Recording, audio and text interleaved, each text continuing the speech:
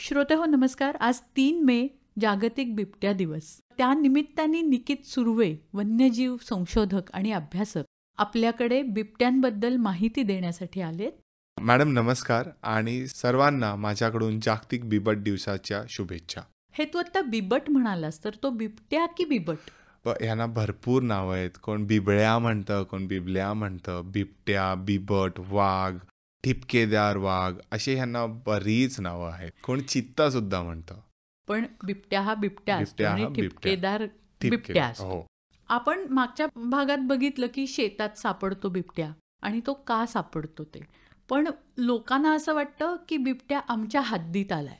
तर ह्याच्याबद्दल तू काय सांगशील? आणि हद्दीचा प्रश्न हा तर कुणालाच सुटला नाही. होतं असं की तो आपल्या हद्दीत आलाय की आपण त्याच्या हद्दीत गेलोय. आणि हद्द, ज्याला आपण बाउंड्री असं म्हणतो, ही अशी एक कल्पना आहे जी माणसाने बनवली आहे होय. आणि फक्त माणसाला कळते. कुठल्याही वन्य प्राण्याला ही हद्द कळत नाही आणि जरी कळत असली तरी मला वाटत नाही ती फॉलो करतात. त्यामुळे जेव्हा एखादा बिबट्या गावातून जंगलात किंवा जंगलातून गावात येत जात असतो, त्याच्या मागे त्याचं कारण एकच असतं. जसं माणसासाठी 3 गरजा आहेत, अन्न, वस्त्र, निवारा, तसंच बिबट्यासाठी अन्न, वस्त्र ते घालत नाहीत, पण निवारा. ह्याच 2 कारणांमुळे ते या हद्दींवरून इकडे तिकडे जात असतात. त्यामुळे आपण जेव्हा म्हणतो की हा बाहेर आलाय किंवा हा आत आलाय, हे असं बिबट्याला वाटत नसतं. कारण तो तर त्याच्या खाद्यासाठी, त्याच्या जीवनासाठीच हे करत असतो.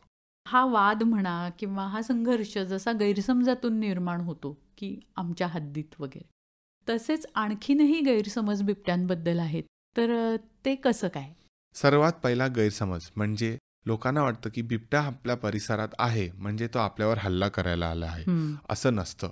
बिबटा हा निशाचर प्राणी आहे आणि तो माणसं ॲक्टिव्ह नसतील तेव्हाच तो ॲक्टिव्ह असतो. तो माणसांना खूप घाबरतो. माणूस जेवढा बिबट्याला घाबरतो त्याच्याहून 10 पटीने जास्त बिबट माणसाला घाबरतो. आम्ही आमच्या संशोधनात असंही नोंदवलंय, कित्येक वेळा जेव्हा आम्ही बिबट्यांना फॉलो करत असतो, ते माणसांची चाहूल लागल्या लागल्या तिकडनं पळून जातात किंवा लपून जातात आणि लोक त्यांच्या समोरून निघून जातात, त्यांना कळत नाही. सो बिबट्या हा माणसाला खूप खूप जास्त प्रमाणात घाबरतो. त्यामुळे त्याला माणूस दिसला किंवा त्याची चाहूल लागली की तो तिकडनं पळून जातो. कित्येक लोकांच्या मनात अशा गैरसमजुती आहेत की आपण जर गळ्यात वाघ नखं घातली किंवा आपल्या जवळ बिबट्याच्या मिशा जोपासल्या तर आपल्याला खूप चांगलं काही मिळेल किंवा लाभ होईल. असं काही नसतं आणि कित्येक वेळा ह्या गोष्टींमुळे बिबट्यांचा जीव घेतला जातो आणि त्यामुळे वाईल्ड लाईफ ट्रेडही वाढतो.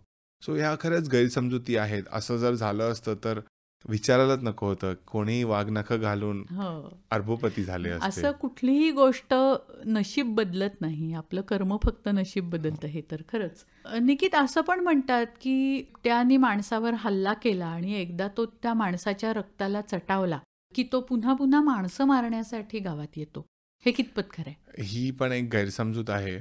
कारण जेवढ्या वेळेला जे अटॅक होतात किंवा जे हल्ले होतात, आम्ही नोंद केली या गोष्टीची की 90% ते ॲक्सिडेंटल अटॅक असतात, चुकून झालेले अटॅक असतात.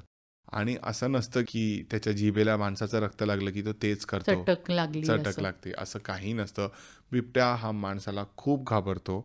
जे काही अटॅक होतात ते ॲक्सिडेंटल असतात आणि त्याच्यावर फॉरेस्ट डिपार्टमेंट, अन्य यंत्रणा नेहमीच प्रयत्न करते की त्याच्यापासून माणसाचा जीव कसा वाचवावा. खरंच, म्हणजे बिबट्या या नावालाच माणूस घाबरतो खरं तर. आणि बिबट्याही दुसरीकडे माणसाला वचकून असतो, घाबरून असतो. तर आपण जर ही दरी कमी केली तर कदाचित हे ॲक्सिडेंट्स टळू शकतील. श्रोतेहो, काय काळजी घ्यायची आणि कसं आपण रिॲक्ट करू शकतो याबद्दल आपण माहिती घेणार आहोत उद्याच्या भागामध्ये. आज निकित सुर्वे, आशिष शेडगे आणि मी ज्योत्स्ना केतकर आपला इथेच निरोप घेतोय. नमस्कार.